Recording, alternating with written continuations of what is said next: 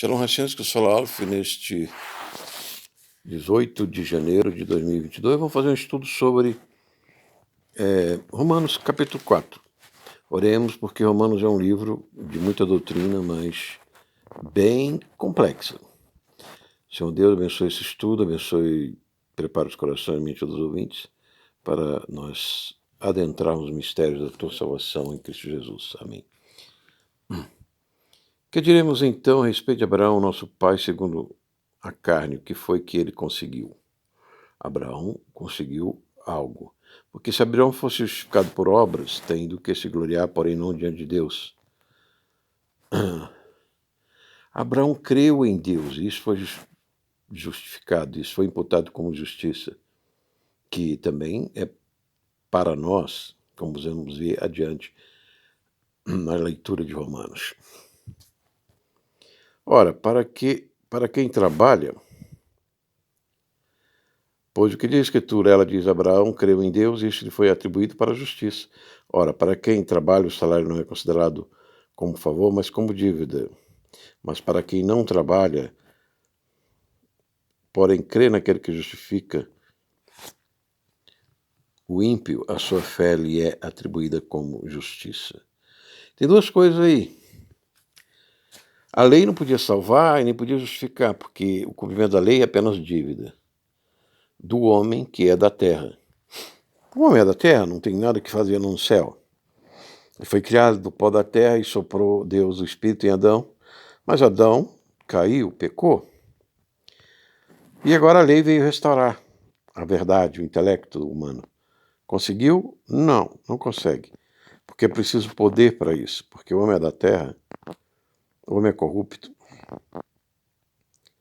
E Abraão, então, ele tem que se considerar pó. Ele tem que se considerar, no mínimo, pó.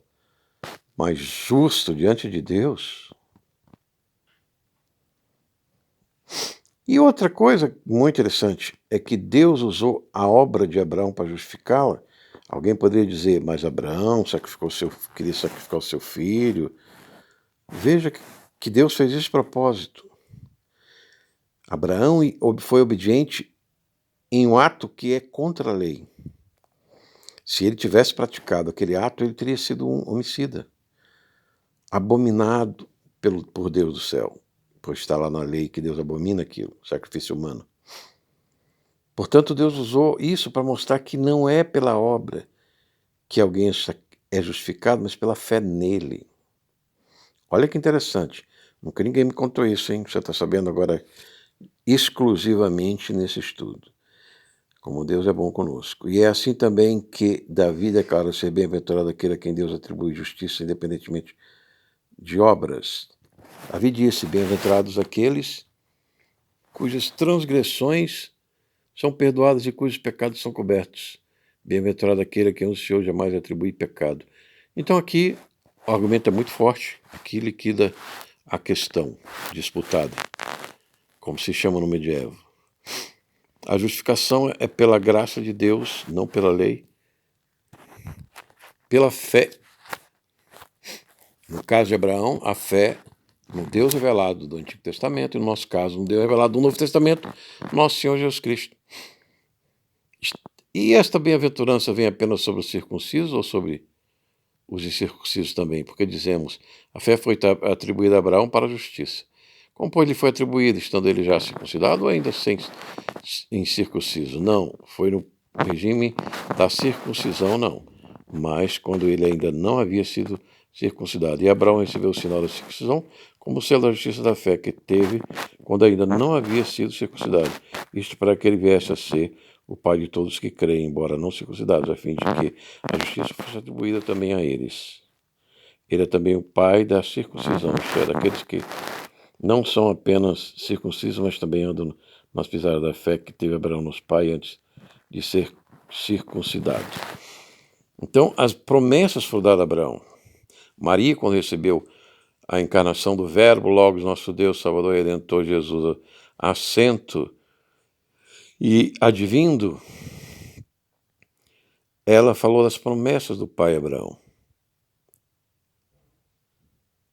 Então, Deus chamou pela fé, quando Abraão tinha 99 anos, um filho de Sara com o ventre adormecido, para ser pai de nações. E deu a promessa da herança da terra, desse planeta Terra imóvel e plano, a esta fé no Deus que se revela de fé em fé até nosso Senhor Jesus Cristo. E esta glória nós temos hoje no sangue da Eucaristia, no corpo, na carne de Jesus, na Eucarístico. E essa promessa de que seria herdeiro do mundo não veio a Abraão ou a sua descendência por meio da lei, sim por meio da justiça da fé. Deus quis fazer justiça e usou a fé para isso. Pois se os da lei é que são os herdeiros, anula-se a fé e cancela-se a promessa. Porque a lei suscita a ira, mas onde não há lei, também não há transgressão.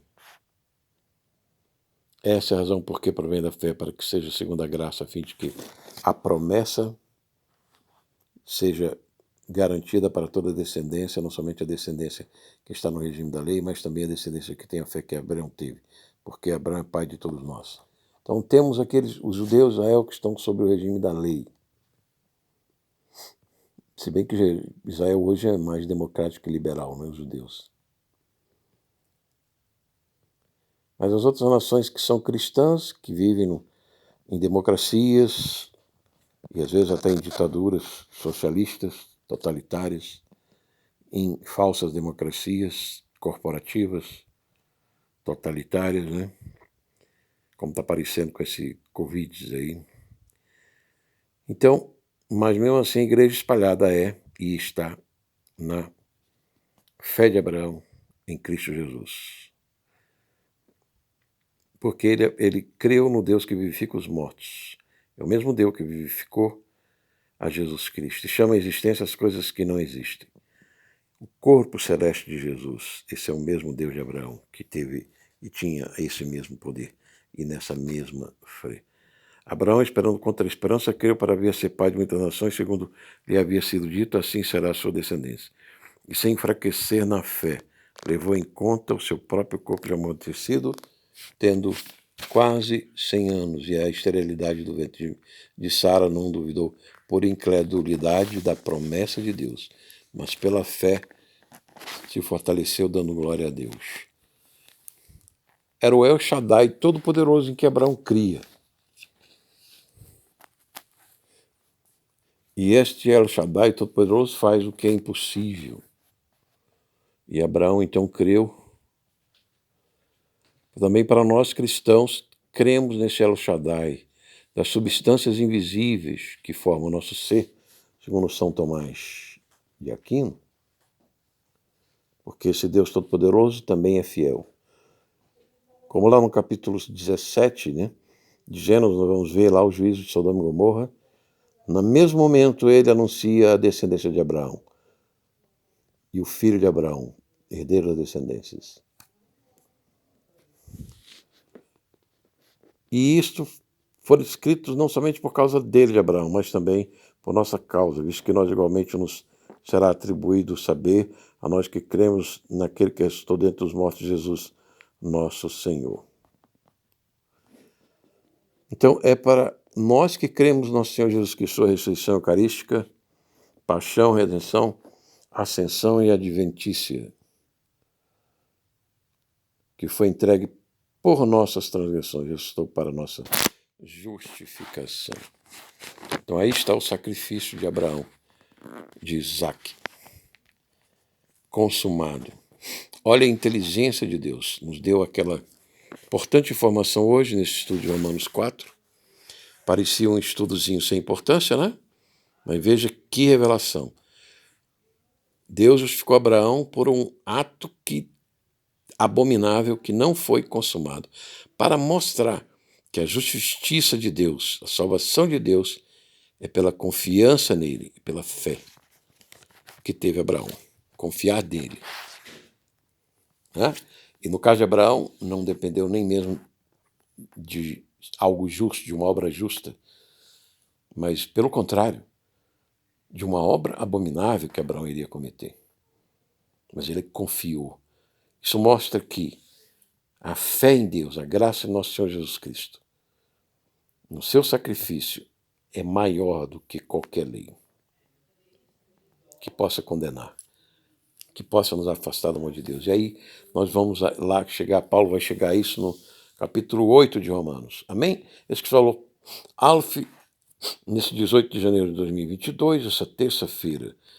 Então faça essa oração, você quer esse Deus de Abraão, nosso Senhor Jesus Cristo. Essa oração me arrependo dos meus pecados, da minha impiedade, aceito sua redenção, a ascensão, a entronização e advento para a ressurreição no corpo celeste da minha vida, perdão todos os meus pecados pela fé em Jesus Cristo. Fez essa oração e a você, meu irmão, eu dou uma bênção, abençoe o Deus Pai Todo-Poderoso, Pai, Filho e Espírito Santo, agora e sempre. Oferecimento do Ministério Igreja de Jesus, para a sua edificação e salvação.